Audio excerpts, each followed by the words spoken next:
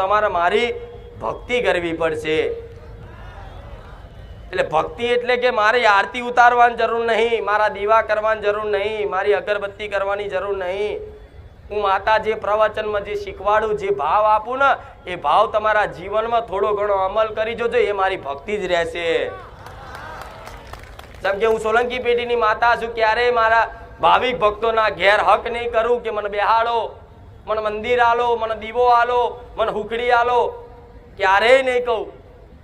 કેમ કે હું સોલંકી પેઢીની માતા છું, મારી વસ્તી મને પૂજે છે ને, મારો દીકરો મને મોને છે ને, મારી ભક્તિ કરે છે ને, એમાં મને માતાને ખૂબ હરખ ને પ્રસન્નતા છે।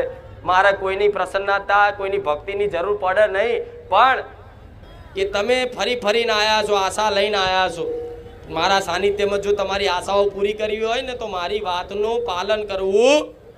હું તમને તપસ્યા